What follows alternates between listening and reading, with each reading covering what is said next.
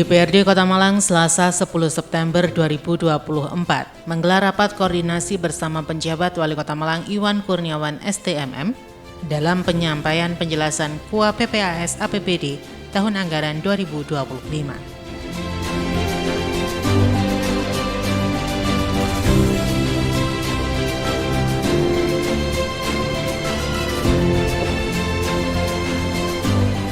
Rapat koordinasi ini dipimpin oleh pimpinan sementara DPRD Kota Malang I. Made Riandiana Kartika dan dihadiri oleh PJ Wali Kota Malang, Sekda dan sejumlah kepala OPD serta seluruh anggota DPRD Kota Malang. Yang saya hormati narasumber luar biasa kita pada pagi hari ini, Bapak PJ Wali Kota Malang, Bapak Iwan Kurniawan. Kalau menyebut nama beliau, saya sudah tidak asing lagi. Cuma bedanya beliau adalah Bapak Iwan Kurniawan 72, bukan 52, karena kelahiran tahun 72 beliau. Atau Bapak Iwan Kurniawan 02 aja, karena menempati IJN 2. Ya, terus kemudian di APD Pak Sekda, kemudian ada Bubi, perekonomian dan pembangunan dan sebagainya. Dalam rapat koordinasi tersebut dilakukan pemaparan 11 isu yang merupakan program prioritas dari PJ Wali Kota Malang Iwan Kurniawan STMM. Tapi pada saat itu kita sudah menyepakati kita akan mendahulukan untuk membahas strategi perubahan sehingga untuk KUA PPAS APBD 2025 ini masih belum ada PU fraksinya. Kemudian setelah PU fraksi ada jawaban wali kota, kemudian hearing komisi dan pembahasan tagar dengan TAPB. Setelah itu baru kita akan menggunakan laporan tagar dan pengambilan keputusan. Masih ada 6 tahap. Ini adalah awal bagaimana kita ingin 45 orang anggota Dewan periode 2024-2029 ini mendapat penjelasan umum atau memflashback kembali karena kemarin kita pada saat Pak PJ Wali Kota Malang yang baru Pak Iwan menyampaikan, kita berikan waktu beliau untuk mengcleansing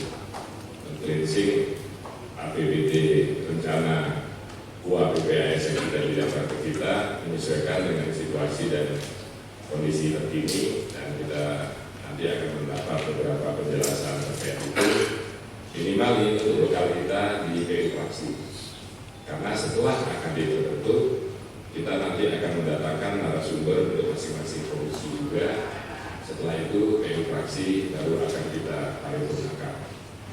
Selanjutnya agar PU fraksi kita nanti betul-betul berkualitas dan nanti ada satu fraksi baru.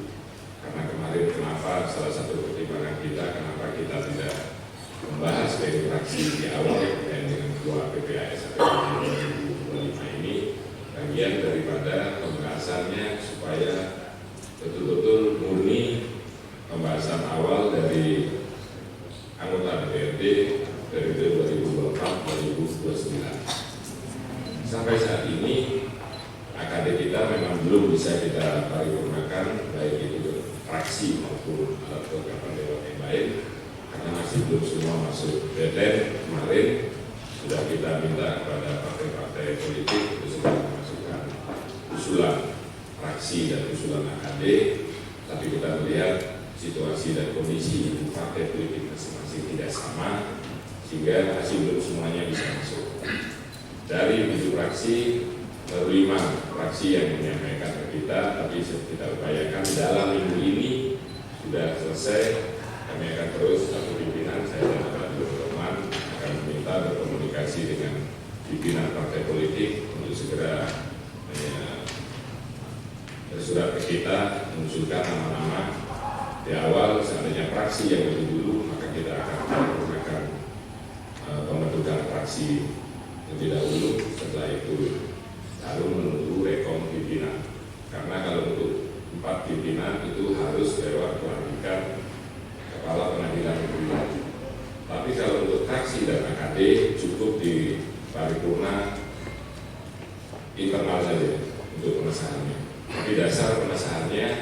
pimpinan DPRD-nya 4 orang ini dilantik dulu oleh Kepala PM begitu. Nanti kita minta bantuan Sekwan untuk mengkomunikasikan kepada PM untuk jadwal pelantikan kita. Mungkin itu dari awal dari saya. Selanjutnya waktu saya serahkan sepenuhnya kepada Pak PJ Wali Kota untuk menyampaikan dan berbagi dengan narasumber yang lain. Nanti saya yang langsung akan jadi moderator dengan Abang Roman untuk diskusi kita. Waktu saya serahkan sepenuhnya kepada Pak Iwan. Terima kasih. Assalamualaikum warahmatullahi wabarakatuh. Salam sejahtera bagi kita semua. Om Swastiastu, Namo Buddhaya, salam kebajikan bahagia. Yang saya hormati Pak Ketua DPRD, Pak Wakil Ketua, yang saya hormati para anggota, yang saya hormati Pak Sekda. PJ Wali Kota Malang menjelaskan, kebijakan umum prioritas plafon anggaran sementara atau KUA PPAS APBD tahun anggaran 2025, di mana terdapat 11 program prioritas pembangunan Kota Malang tahun anggaran 2025, yakni revitalisasi pasar besar, persiapan Porprov Jatim 2025, pembangunan TPS, penanganan banjir, lahan parkir, MCC, rehabilitasi sekolah, bansos terpadu, realisasi anggaran, optimalisasi PBB, dan rehabilitasi alun-alun. Bansos, kami berharap juga bansos juga bagian daripada hal yang sangat prioritas. Bagaimana kita ingin melakukan program prioritas di mana ada inflasi, kemudian ada stunting, kemudian ada kemiskinan ekstrim. Nah, ini sangat erat kaitannya dengan posisi bansos yang nantinya akan kita lakukan di 2024 maupun di 2025. Kemudian ada realisasi anggaran untuk percepatan dan optimalisasi realisasi anggaran juga menjadi bagian yang sangat konsen kami di 2024. Kemudian optimalisasi PBB dan rehabilitasi alun-alun Kota Malang. Ini beberapa kegiatan-kegiatan prioritas dari hasil belajar masalah yang dilakukan Pak Ketua dan Bapak Ibu dari anggota DPRD. Saya lanjut saja, mungkin yang pertama terkait dengan revitalisasi pasar besar.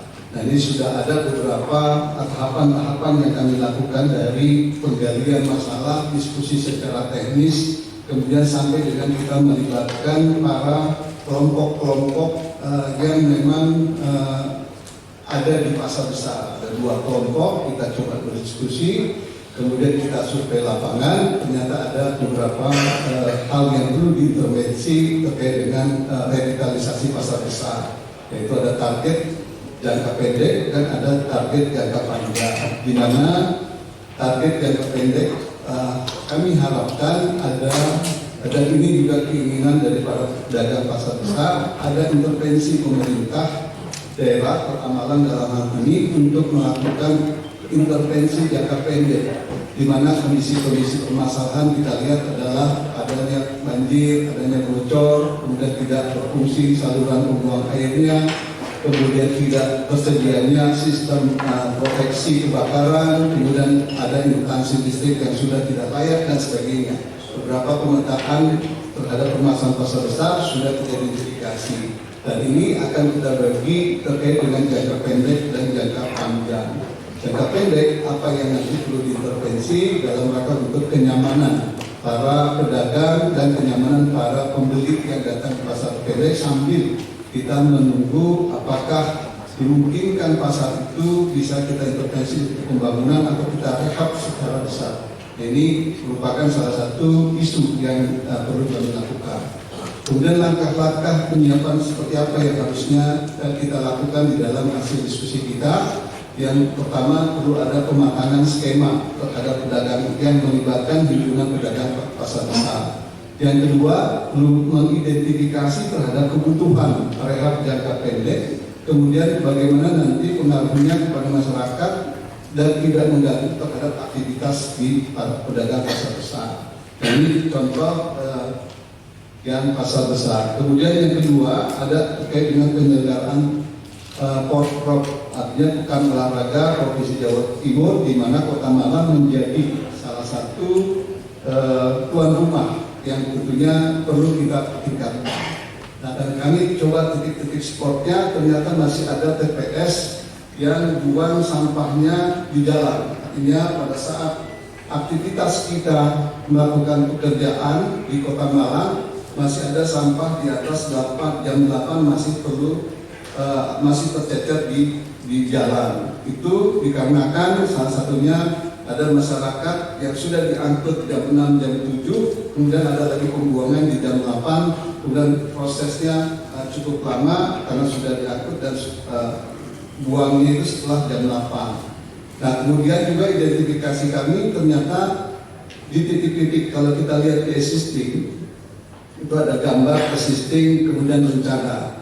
Nah, di titik-titik existing itu memang tidak ada fasilitasi semacam TPA yang tertutup atau desain tempat yang harusnya tertutup.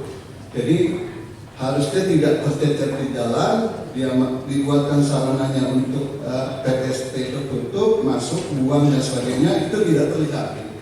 Nah, kalau kita bisa laksanakan seluruh tahapan proses itu di Desember, kemudian tinggal bayar di Januari, Pak.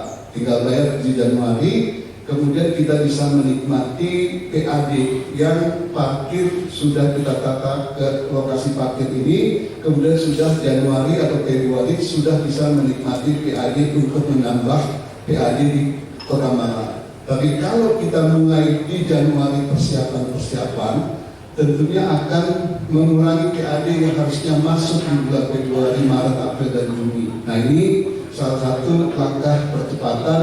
Kalau sudah dianggarkan, tinggal kita melakukan kesiapan-kesiapan dan akhirnya nanti kita akan bisa menerima PAD dan melakukan peningkatan PAD untuk Kota Malang.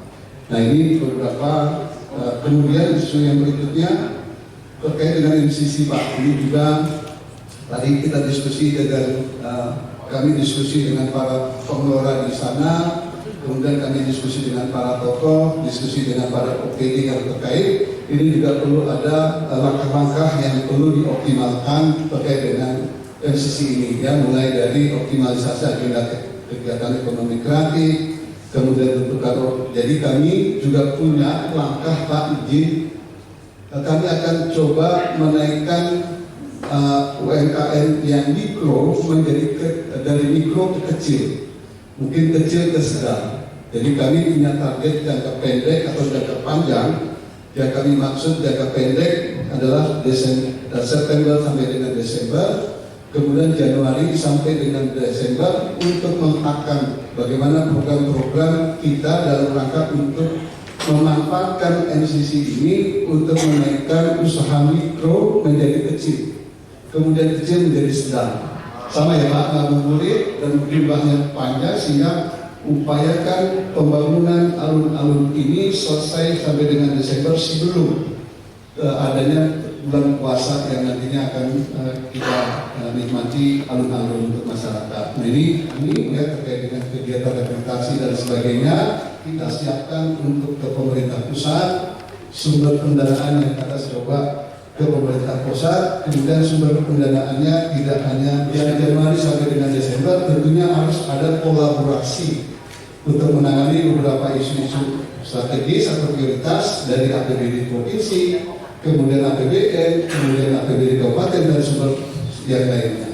Nah, ini mungkin beberapa hal yang dapat saya sampaikan, terutama saya melakukan beberapa belanja masalah dari OPD-OPD terkait yang kami anggap prioritas. Bukan hanya ini, saya yakin ada beberapa prioritas yang lain, tapi inilah yang terprofil dan tergambar dan saya sampaikan pada pertemuan rapat koordinasi yang luar biasa ini. Terima kasih, lebih kurangnya mohon maaf, kami kembalikan ke Pak Ketua. Pak DJ, Pak Ali melanjutkan penjelasan dari beliau. Bapak Ibu sekalian, Assalamualaikum warahmatullahi wabarakatuh. Selamat pagi, salam sejahtera, salam Om Swastiastu, Namo Buddhaya, salam kebajikan, rahayu, dan juga pastinya sehat selalu buat kita semua. Yang terhormat Bapak PJ Wali Kota Malang, yang terhormat pimpinan sementara DPRD Kota Malang, yang terhormat Bapak Ibu anggota DPRD, senang sekali bisa ketemu Bapak Ibu. Rasanya perdana ini setelah pelantikan kemarin. Yang saya hormati sahabat-sahabat saya, Bapak Ibu, ini kami mengajak TAPD, tim anggaran pemerintah daerah. Ini tim inti terdiri dari TAPD, ada Kepala BKAD, Kepala Bapeda, Asisten 2, sebagian dari jajaran tim anggaran pemerintah daerah. Kemudian yang saya hormati pula rekan-rekan dari Sekwan serta sahabat-sahabat saya semua. Terima kasih. Bisa ditayangkan PowerPoint ini. Bapak Ibu izin menjelaskan bahwa proses-proses menuju APBD 2025 adalah proses yang cukup panjang. APBD 2025 ini nantinya berlaku efektif 1 Januari 2025, tetapi harus disahkan di akhir bulan November. Prosesnya cukup panjang, bahkan rasanya itu 1 tahun sebelum kita sahkan nantinya, sebelum disahkan oleh Bapak Ibu DPRD. Kami kerucutkan pembahasan ini di KUA saja, karena KUA ini nanti yang memang domainnya di DPRD. Tapi sebelum ini sekali lagi menyampaikan, sebelum di KUA itu ada fase-fase RAPD Bapak Ibu yang sangat-sangat panjang prosesnya. Nah, kalau kami ringkaskan Bapak Ibu sekalian, tahapan dan jadwal proses penyusunan APBD tahun 2025 ini untuk KUA itu kemarin kami sampaikan di tanggal 4 Juli 2024. Di 4 Juli 2024 itu tersampaikan penyampaian rancangan KUA BPAS. Kalau di Permendagri-nya paling lambat minggu kedua bulan Juli, jadi on schedule Bapak Ibu. Kemudian tahapan selanjutnya setelah kami tersampaikan di DPRD, kita masuk kepada pembahasan sampai dengan kesepakatan KUA BPAS. Kalau di ketentuan ini nanti minggu kedua Agustus sebenarnya kita sudah lewatinnya, artinya ini karena belum kita lakukan, kita di sini nanti pasti di dalam evaluasi APBD nanti ada catatan gitu. Ini kita terlambat di sini karena juga menunggu proses-proses legislatif dan AKD-nya. Kemudian Bapak Ibu sekalian, tahapan setelah itu adalah penerbitan surat edaran tentang RKA dari perangkat daerah, yaitu penyampaian rancangan perda atau RAPBD 2025 akhir. Artinya ini nanti di ujung rencana pembangunan daerah, dokumen transisi antar RPJMD. Kemudian ada PJ Pak Wahyu, kemudian dilanjutkan PJ Pak Iwan Kurniawan tersebut Bapak Ibu. Fokus arah kebijakan pembangunannya yaitu tahun anggaran 2025. Pada saat kami menyusun KUA BPAS ini Bapak Ibu, sampai dengan saat ini Kementerian Keuangan belum mengumumkan alokasi anggaran transfer ke daerah pada APBN 2025. Penganggaran silpa tahun sebelumnya ini mempertimbangkan perkiraan realisasi anggaran tahun 2024 yang sekarang ini berlangsung dan didasarkan pada penghitungan yang rasional. Ini Pak Wali, pimpinan Dewan dan Bapak Ibu sekalian, asumsi-asumsi dasar dalam KUA BPAS yang telah terkirimkan, yang nantinya pada saat pembahasan kami juga akan informasikan perkembangan terkini dari data-data ini yang telah kami peroleh, di mana nanti akan menyempurnakan semakin mendekati realita angka-angka menuju APBD 2025 disahkan. Selanjutnya mohon berkenan ini Pak Subhan menyampaikan angka-angka yang telah tertuang dan tersampaikan. Silakan Pak Subhan dilanjut.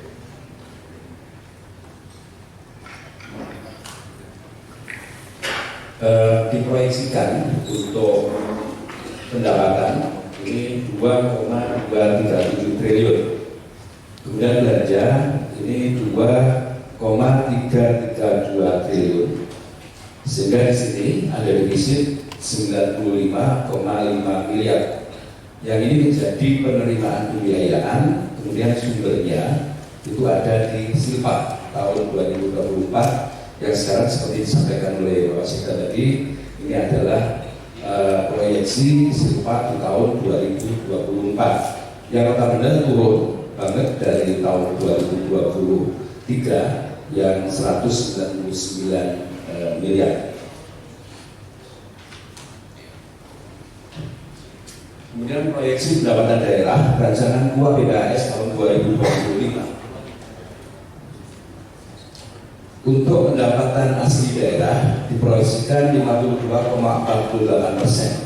Sedangkan pendapatan transfer baik transfer pusat maupun juga dari provinsi ini 47,52%. Rincian pendapatan asli daerah PAD ini dengan total 1,174 triliun.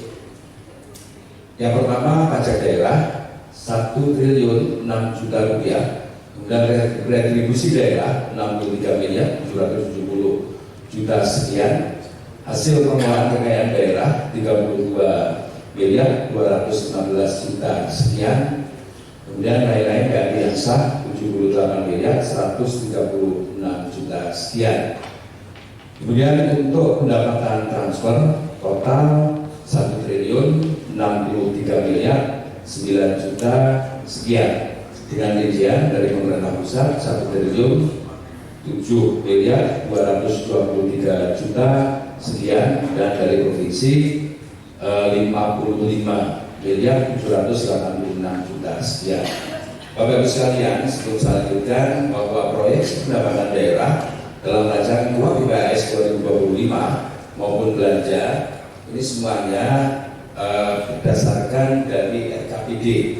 RKPD tentunya yang menyusun adalah Bapeda dan sudah berdasarkan hasil masukan-masukan dari seluruh SKPD, termasuk juga pada saat kegiatan yang disampaikan oleh anggota Dewan dengan menyampaikan pokok-pokok pikirannya, aspirasinya dimasukkan semuanya dalam RKPD, kemudian disampaikan lewat dua PPAS. Dan nantinya tentunya juga ini ada dinamika yang pasti juga akan berjalan dan akan dilaksanakan pada saat pembahasan Ranperda APBD tahun 2025. Kemudian 24 Kecamatan Klojen sekian, Kecamatan Limbing, Kecamatan Suluganda, Lowaru, dan Kecamatan Sukun. Ini termasuk juga kelurahan-kelurahannya. Kenapa juga konfigurasinya ini juga tidak sama, karena Klojen itu 11 kelurahan, Limbing 11 kelurahan, Suluganda 12, Lowaru 12, dan juga Sukun 12. Sehingga memang konfigurasinya juga berbeda-beda. Dan di sana juga sudah ada anggaran-anggaran, termasuk juga anggaran untuk insentif RT/RW dan juga permasalahan lainnya, sehingga dari situ jumlahnya atau volumenya waktu anggarannya menyesuaikan dengan volume yang ada di masing-masing kelurahan di masing-masing kecamatan. Lanjut, proyeksi pembiayaan daerah rancangan KUA PKS 2025 di depan sebenarnya sudah saya sampaikan bahwa silpa tahun sebelumnya, artinya ini silpa tahun 2024 yang sekarang sudah berjalan, ini 95 miliar 500 juta.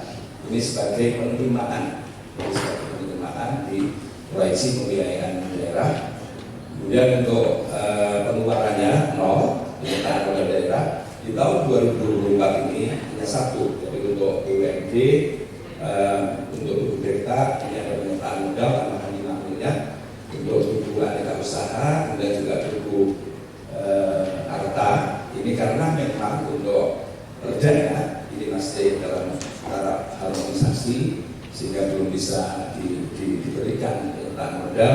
Tubuh desa juga begitu, ini masih ada di bagian hukum, sehingga tahun 2025 untuk penyertaan modal ini untuk 33 BUMD adalah kosong.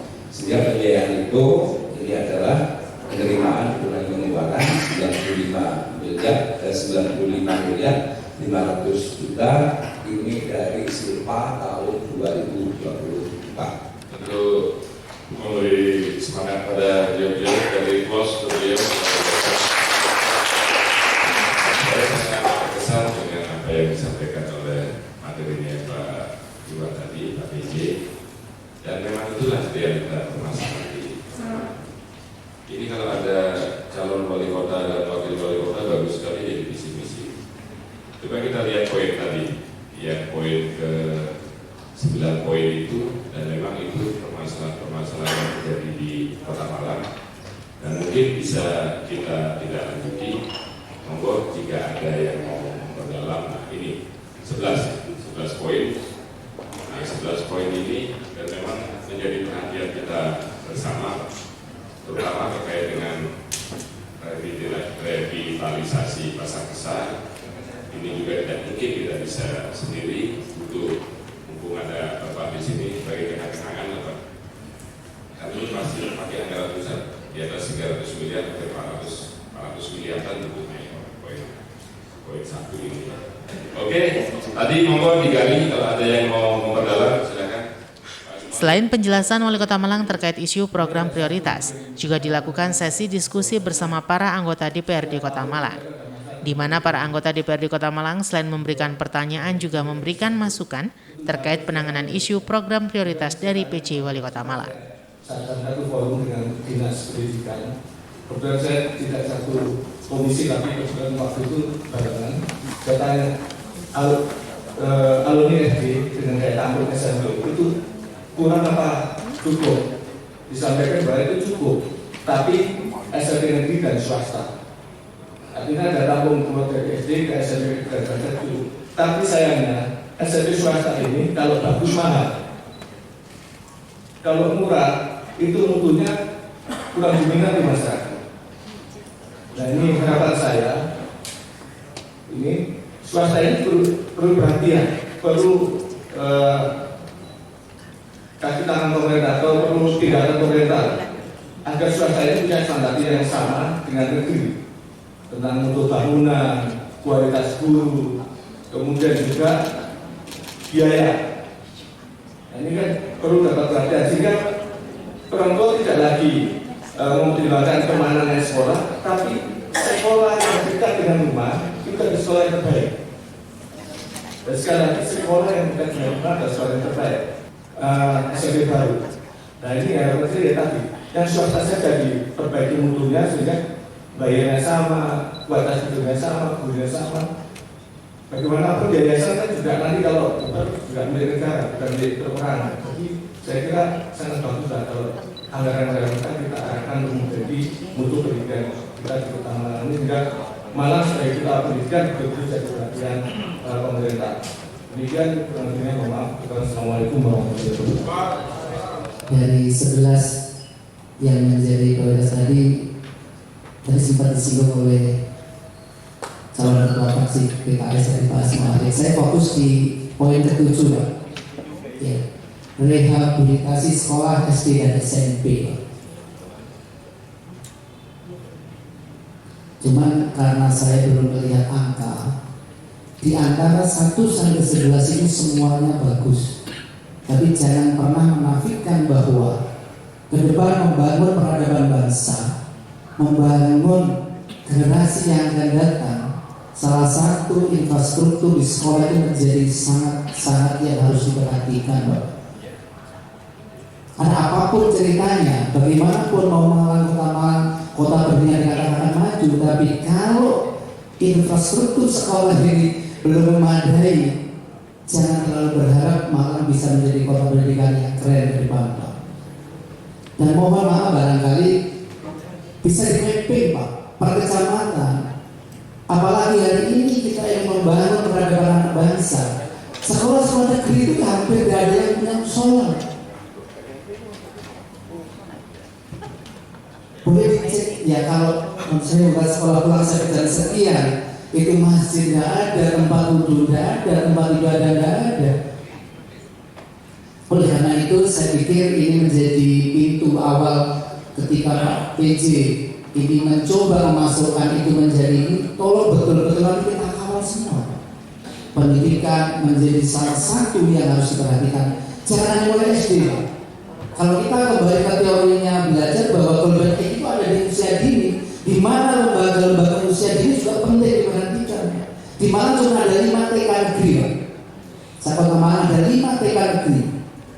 Ya, padahal kalau swastanya jauh lebih banyak. Ini juga menjadi perhatian, Pak, nanti. Jangan sampai nanti kita lupa membangun yang lain-lain, tapi justru yang fondasi pendidikan anak-anak kita tidak perlu diperhatikan. Pak PJ, dengan mungkin PJ yang membuat kaget Pak Imam tadi mulai. Karena saya sendiri 2 hari sebelumnya dilantik itu latih acara dengan Pak Iwan Kurniawan di Jakarta. Ketemu dia samakan. Kemudian 2 hari kemudian kok dilantik jadi PJ. Padahal bukan PNS kok bisa. Tiba-tiba bukan Pak Iwan Kurniawan yang ngajak makan saya. Ya mudah-mudahan beliau ngajak nanti. Kemudian Pak PJ, karena nanti ini memanjang, harapan saya dari malaikat Kota Malang yang kemudian bisa merancang APBD yang memang betul-betul pro rakyat betulan, karena dia nanti bukan pengguna, bukan penikmat APBD 2005, cuma merancang, mengantar sebaik-baiknya info dari teman-teman PD yang panggil untuk paparan semuanya tentang kebutuhan real di 2025. Tapi dari sekian yang ada, saya kok melihat jangan-jangan OPD ada yang ditutup-tutupi tentang kebutuhan real yang ada di Kota Malang. Saya melihat satu pada poin 3, kemudian pembangunan TPS. Kita butuh betul. Tapi terlepas itu ada 2 poin yang mungkin anggarannya perlu ditambahkan. 1, pentingnya sosialisasi kepada masyarakat tentang pola hidup sehat. Sampai sekarang masyarakat buang sampah itu saya nanya. Buang sampah saya nanya. Yang kedua, Pak PJ, sampah kita di TPA sana itu 5-10 tahun ke depan akan jadi gunung yang cukup membahayakan. Kemarin ketika ada hujan yang cuma kecil seperti itu, pas jembatan berantas, itu luapan banjir tidak lagi lewat bolongan yang ada itu, karena sudah sejajar dengan trotoar, sehingga langsung tumpah ke rumah masyarakat yang di bawah jembatan itu. Maka kedepannya pola skema pembangunan jalan utama mungkin perlu dievaluasi. Kembali kepada kami studi kemarin, masih di daerah kecil juga, di mana setiap kali bangun jalan di-scrap dulu, kemudian cor, baru kemudian di atasnya di aspal, sehingga ukuran ketinggiannya tidak pernah menambah yang sudah ada itu. Dan orang yang di pinggir jalan rumahnya tidak ketakutan nantinya kalah tinggi dengan jalan. Ini yang berkaitan 11 poin pentingnya. Terima kasih. Tadi saya divisi sama Pak PJ, beliau mau belajar masalah. Monggo selanjutnya Mas Alfred, Mas Arnas sama Mas Dito akan dibahas selanjutnya di Bangga. Yang kedua terkait dengan saya titip 3 hal. Yang pertama adalah terkait dengan persiapan Prof Jatim 2025. Kemarin kami di Komisi D sudah berusaha menambahkan anggaran untuk di PAK dan juga kemudian kita sepakat dengan Dispora agar anggaran 2025 ditambahkan juga.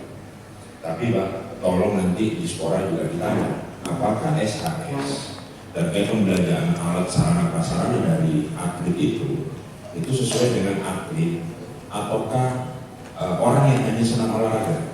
Karena saya mendengar contoh seperti baju renangnya atlet dengan baju renangnya saya ketika berenang Pak, itu pasti beda. Nah, sehingga jangan sampai nanti anggaran itu sia-sia. Maksudnya sia-sia itu karena di dalam pengadaannya itu tidak sesuai dengan kebutuhan yang dibutuhkan oleh atlet, sehingga nanti teman-teman atlet itu tidak mau menggunakan hal tersebut. Itu. Yang kedua terkait dengan rehabilitasi sekolah SD SMP. Kalau kemudian Mbak Fatul tadi ngomong kenapa RSUD seperti ini, andai Mbak Fatul masih di Ketua Komisi C, BPU nggak usah anggaran. Kita bangun RSUD 400 miliar. Cuma sayangnya waktu itu nggak mau Mbak Fatul. PU ternyata anggarannya besar. Saya ingatkan daripada di akhirat nanti bilang langsung main bahas, saya bilang saya orang PU. Tapi ternyata baru sadar Mbak Fatul, tapi senang saya. Alhamdulillah saya sepakat dengan pemahaman dengan Mbak Fatul tadi. Jadi saya berharap ini Pak, sos itu tepat sasaran. Jangan sampai prinsip kita juga yang harus kita gaungkan adalah bansos itu untuk agar orang ini keluar dari angka kemiskinan. Lagi kan gitu lah. Nah, saya berharap itu sehingga saya ini 2025 itu pemerintah Kota Malang konsen juga mungkin itu dari saya. Kemudian di samping protokol ini saya kira yang perlu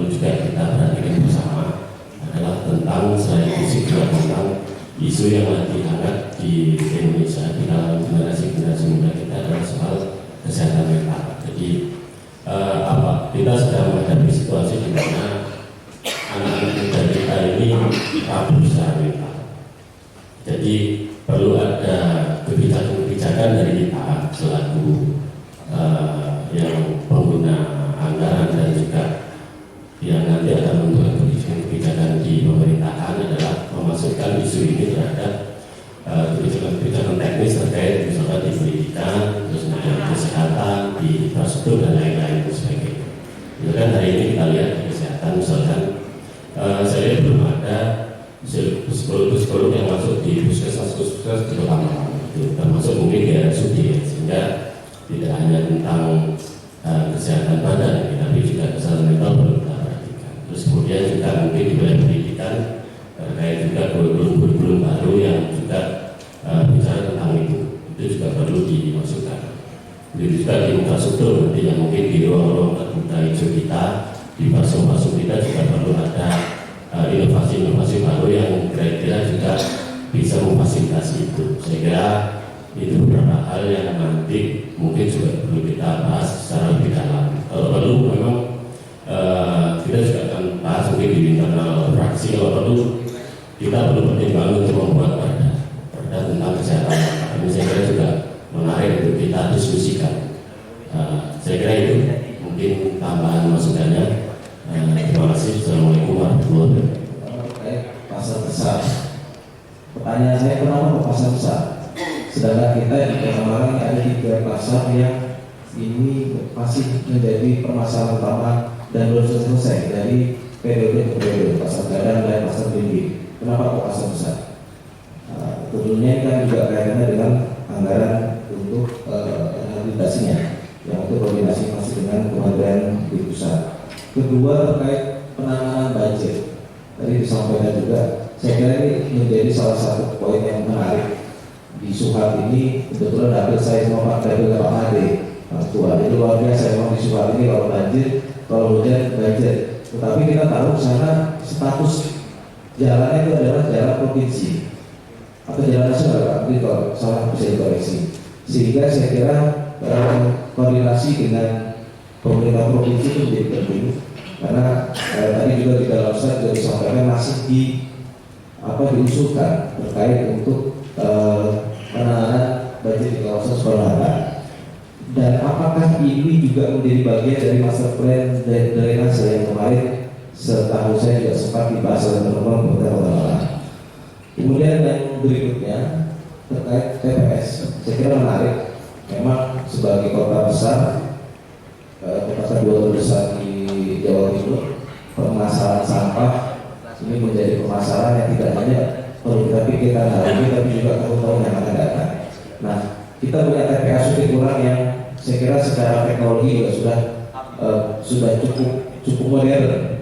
Nah, tetapi dengan pembangunan TPS ini, apakah sekiranya ke depan ini juga sampah ini tidak hanya dialihkan ke TPS ukuran saja, tetapi juga di TPS yang ada di Kota Malang itu bukan sekedar membangun, tapi juga ada kegiatan memilah dan mengolah.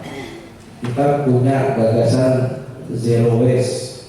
Jadi zero waste itu tidak hanya di TPA tapi juga di TPS. Jadi supaya tidak semua sampah warga Kota Malang larinya ke TPS ukuran, tapi juga di tingkat TPS juga bisa tertangani, sehingga secara jumlah itu bisa mengurangi secara drastis. Treatment plant BBP, sumber baku air, apakah ini di 2025 ini menjadi PJ Wali Kota Malang Iwan Kurniawan STMM yang menjawab pertanyaan dari para anggota DPRD Kota Malang mengatakan 11 isu program prioritas yang disampaikan merupakan belanja masalah yang perlu dilakukan intervensi dalam jangka pendek dan jangka panjang. Dan yang menjadi penting untuk dilakukan intervensi yakni masalah pembangunan 51 TPS ini untuk mengurangi sampah di Kota Malang. Memaksimalkan apa yang menjadi amanah dan tugas saya, sehingga 1 bulan ini saya melakukan roadshow ke OPD untuk mengidentifikasi beberapa permasalahan-permasalahan yang saya anggap prioritas tapi bukan berarti dari 11 prioritas kegiatan ini tidak menyampingkan prioritas-prioritas yang lain yang sudah berproses di dalam proses penyusunan dokumen perencanaan. Tadi Pak Sekda sampaikan di RPD kita sudah ada beberapa program-program prioritas di mana bicara standar pelayanan minimal ada 6 standar bidang kesehatan, pendidikan dan sebagainya itu sudah dituangkan dalam program-program prioritas di dalam dokumen perencanaan kita. Nanti di kabar Pak Sekda mungkin Pak Asisten juga bisa menambahkan. Saya setuju terkait dengan pengolahan sampah untuk di wilayah perkotaan. Artinya sampah itu tidak lagi diangkut dan dibuang kemudian diangkut, kemudian tidak diolah, yang akhirnya akan timbul terjadi penumpukan sampah yang akhirnya bisa mengakibatkan merugikan lingkungan sekitarnya.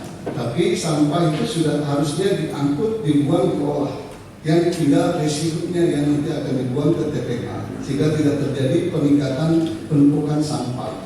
Saat ini di TPA Supit itu Sukipura, saya melihat ke sana sudah tertata dengan baik di dalam satu kawasan. Tidak ada lokasi TPA di daerah-daerah lain karena saya Kemendagri sudah melihat yang tertata kawasannya dengan baik. Artinya tidak bau, kemudian satu kawasan ada penanganan terkait dengan sanitary landfill. Sampah itu digali, ditumpuk, kemudian diratakan, kemudian ada pendekatan pengolahan menjadi salah satu pupuk ya dari sampah diolah, dipilah, kemudian produksinya untuk pupuk, kemudian dibuat di market dan itu menimbulkan pendapatan. Luar biasa buat saya itu untuk penanganan. Tapi penanganan sanitary landfill itu tidak memecahkan terkait dengan permasalahan sampah, karena pada saat nanti di Supit Urang itu sudah dibuang ke sanitary landfill, kemudian ditutup, dia harus ini penuh, dia harus pindahkan. Artinya butuh lahan-lahan lagi yang tentunya perlu ada biaya dan perlu ada perluasan lahan. Tidak harusnya tadi saya setuju dan ini akan kita kembangkan, tidak diangkut, dibuang, diangkut, kemudian diolah. Dari 10% misalnya ton yang diolah, residunya hanya 2%. Itu residu itu yang nantinya sisanya akan bisa kita tumpukan atau kita manfaatkan. Berdasarkan hasil komunikasi dan diskusi kita dengan teman-teman di Dinas Pora, bahwa sudah nyata, sudah benar bahwa Kota Malang maupun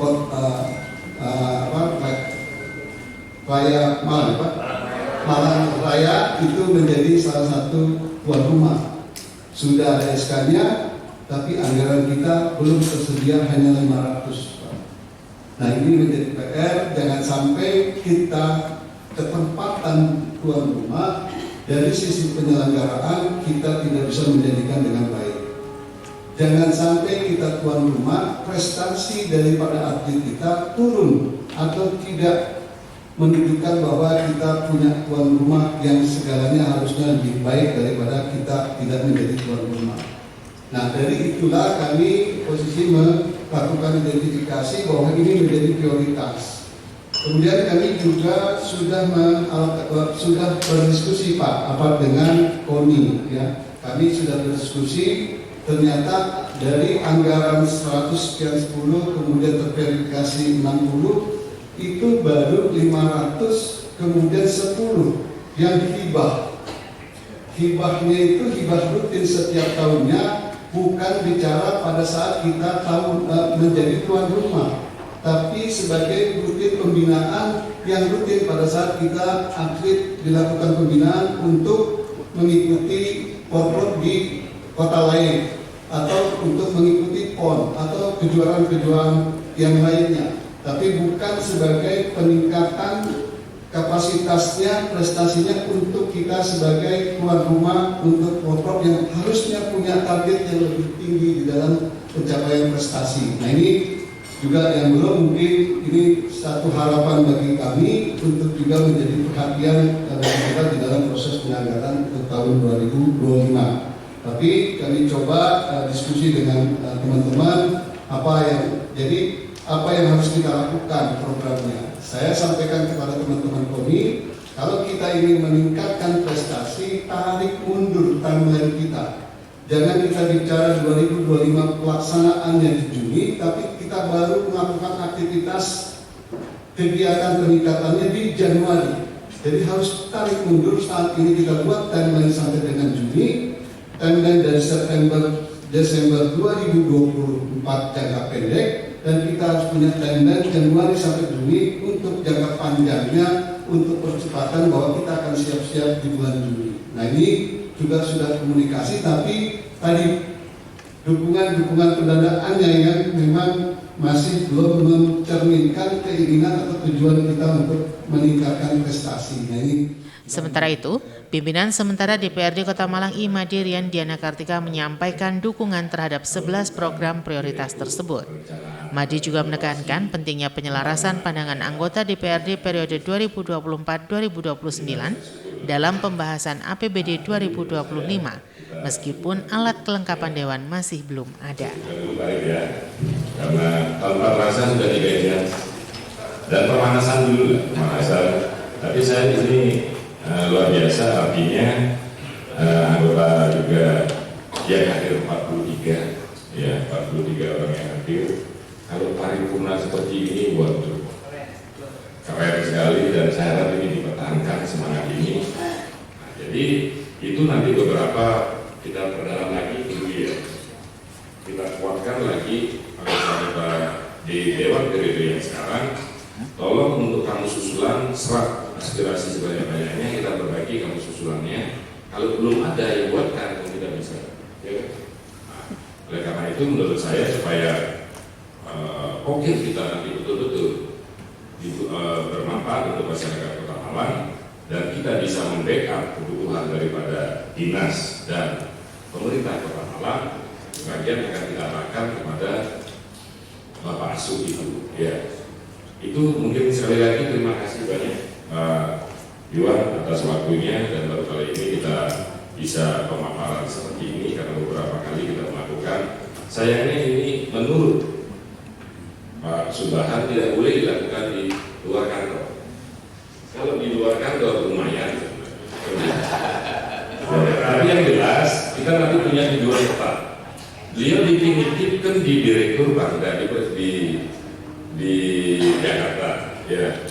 Jadi komisi C nggak bingung boleh logus ke beliau aja. Atau sekali-sekali beliau kita hadirkan sebagai narasumber.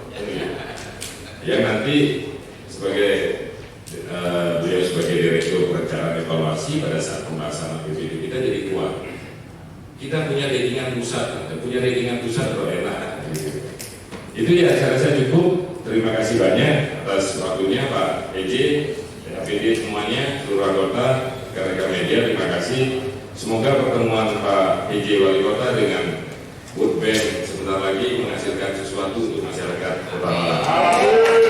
Kurang lebihnya saya mohon maaf. Akhiri, wassalamualaikum warahmatullahi wabarakatuh. Merdeka!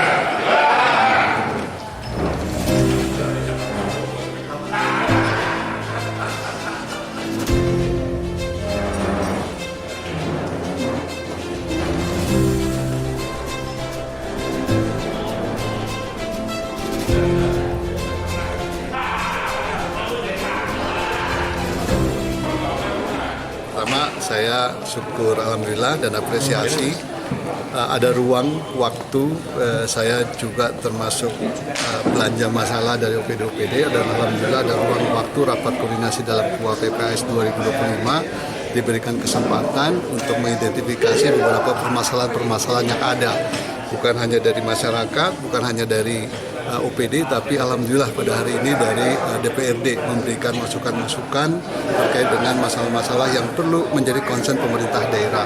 Nah, itu yang kami luar biasa, momennya sangat tepat dan beberapa masukan sangat konstruktif. Yang paling mendasar apa Pak yang ya, jadi beberapa yang saya sampaikan di dalam pertemuan pada hari ini ada 11, itu bukan menjadi bagian hanya itu prioritasnya, tapi itu sebagai belanja masalah yang saya lakukan untuk kita bisa intervensi jangka pendek dan jangka panjang. Tidak program atau isu-isu permasalahan tidak mungkin kita bisa lakukan dalam waktu yang sangat cepat, tapi kita punya planning jangka pendek dan jangka panjang.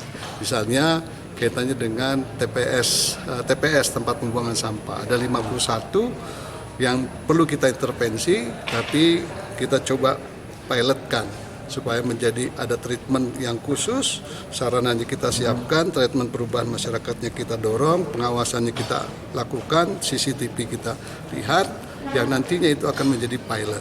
Alhamdulillah tadi juga ada ini statement dari Pak Ketua, akan menjadi prioritas utama untuk kita menangani TPS-TPS yang ada, sehingga masyarakat pengguna jalan, baik masyarakat lokal Malang, luar Malang, itu tidak lagi melihat sampah-sampah yang di beberapa titik ya, di beberapa titik yang masih bercecer di jalan. Nah ini juga harus kita lakukan perubahan. Nah sisanya harus jangka panjang, dan alhamdulillah Pak Ketua juga sepaham kita akan intervensi untuk penanganan TPA ini, TPS. Ya. Tadi ada usulan supaya orang miskin itu dikasih SK supaya tidak tepat sasaran bantuannya. Prinsipnya SK sistem itu harus kita duduk bareng, jangan ada overlap terhadap pendataan. Kalau saya SK itu menjadi hal kekuatan yang menjadi acuan dasar pada saat kita bicara data, pada saat kita bicara program dan kegiatan. Nah, yang harus kita benahi bukan hanya SK-nya, tapi datanya. Bagaimana mekanisme data, pengumpulan, kemudian verifikasi, penyebarluasan, kemudian di SK-kan. Nah, ini yang harus dalam 10 tahun terakhir kan Kota Malang ini kemiskinannya paling rendah Pak ya, di bawah angka 4%. Ya. Itu untuk mempertahankan gimana Pak langkah? Ya, dua terendah. Ya. Pertama tadi Pak, saya juga selain pelaksanaan infrastruktur, kemudian pertumbuhan ekonomi, tapi bansos itu menjadi hal yang sangat penting.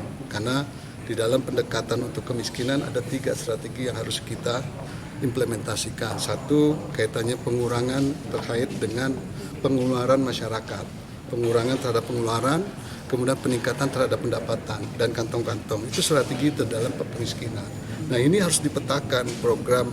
Tidak hanya programnya Dinsos, tapi 18 OPD harusnya tertagging untuk kaitannya 3 pendekatan strategis yang harus. Yang ketiga apa Pak?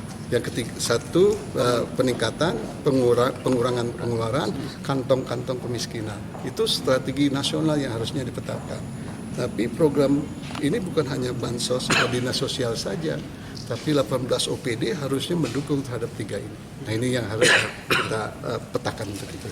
Iya, kita merasa bahwa memang kualitas tidak pernah bohong ya. Artinya beliau sebagai orang pusat, beliau itu adalah direktur perencanaan dan evaluasi pembangunan daerah di Kemendagri, itu betul-betul ingin kita manfaatkan. Karena di awal beliau menyampaikan manfaatkan saya. Sinyal ini yang kami tangkap, saya selaku pimpinan sementara sambil menunggu AKD, karena yang kita takutkan nanti AKD ini akan molor. Molornya kenapa? Karena beberapa dari partai belum memberikan usulan untuk pimpinan. Sehingga kita hormati dinamika yang terjadi di partai masing-masing. Tapi pembahasan APBD kan harus berjalan, sehingga kita harus memberikan pemahaman yang sama terhadap 45 orang dewan yang sudah terpilih, yang nanti pasti akan membahas APBD murni 2025. Nah, sambil berjalan saya pakai paralel. Nah, kebetulan di SK kami itu ada diperbolehkan pimpinan sementara untuk membahas APBD, tapi belum pengambilan keputusan. Nah, artinya ini bagian hanya rakor dan sosialisasi, menyatukan pemahaman yang sama lah terkait postur APBD kita. Dari semua yang dianggap prioritas tadi, kira-kira apa yang paling berdampak lebih cepat kepada masyarakat ini? Loh, kita sudah melihat tadi, kita sepakat 11 prioritas itu. Nah, 11 prioritas ini tidak bisa diambil satu-satu, harus simultan kita jalankan. Tentu saja ini 11 ini kan akan terbagi di 28 OPD. Nah ini yang kita lihat tadi termasuk Porprov. Porprov ini bukan hal yang sepele, ternyata anggarannya 51 miliar dan belum dianggarkan. Belum dianggarkan di APBD 2025 yang kemarin dilempar oleh PJ Wali Kota terdahulu. Sehingga posturnya akan kalau misalkan PAD tidak bisa ditambah, ini pasti akan mengurangi belanja OPD yang lain. Perimbangannya kan jika ada pengeluaran bertambah, di satu sisi pendapatan tidak bertambah, maka pengeluaran yang lain yang harus dikurangi.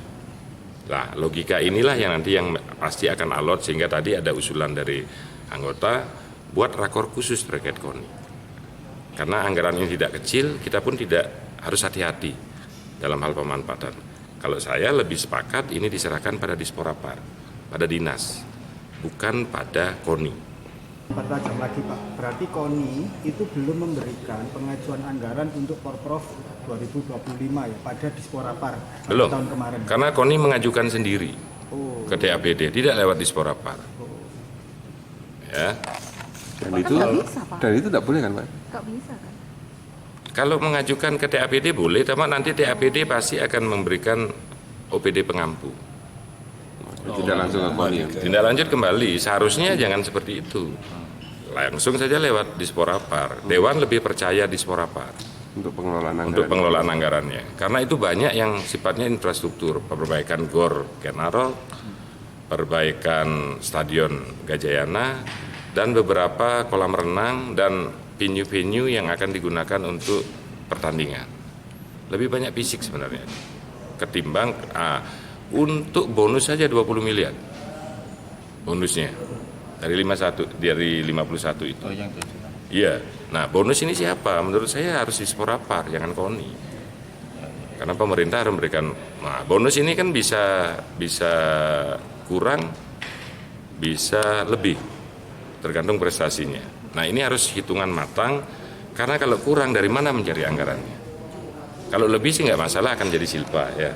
Kalau kurang ini akan menimbulkan permasalahan karena misalkan atlet peraih emas dikasih 10 juta. Ternyata yang meraih emas itu melebihi itu. Dari 100 target medali emas katakan. Mencapai medali emasnya 150. Dari mana kekurangannya? Ini yang harus kita pikirkan bareng-bareng. Apakah di BTT bisa ditaruh anggaran itu karena penggunaan BTT pun tidak semudah itu. Ya, belanja tidak terduga itu sangat sulit penggunaan. Apakah di Disporapar ditaruhkan anggaran insidentil? Kan begitu, untuk menutup permasalahan. Jangan sampai kita prestasi bagus, justru nanti polemik di pemerintah Kota Malang, banyak masyarakat lewat atlet protes bahwa pemerintah wan prestasi tidak memberikan janjinya untuk bonus.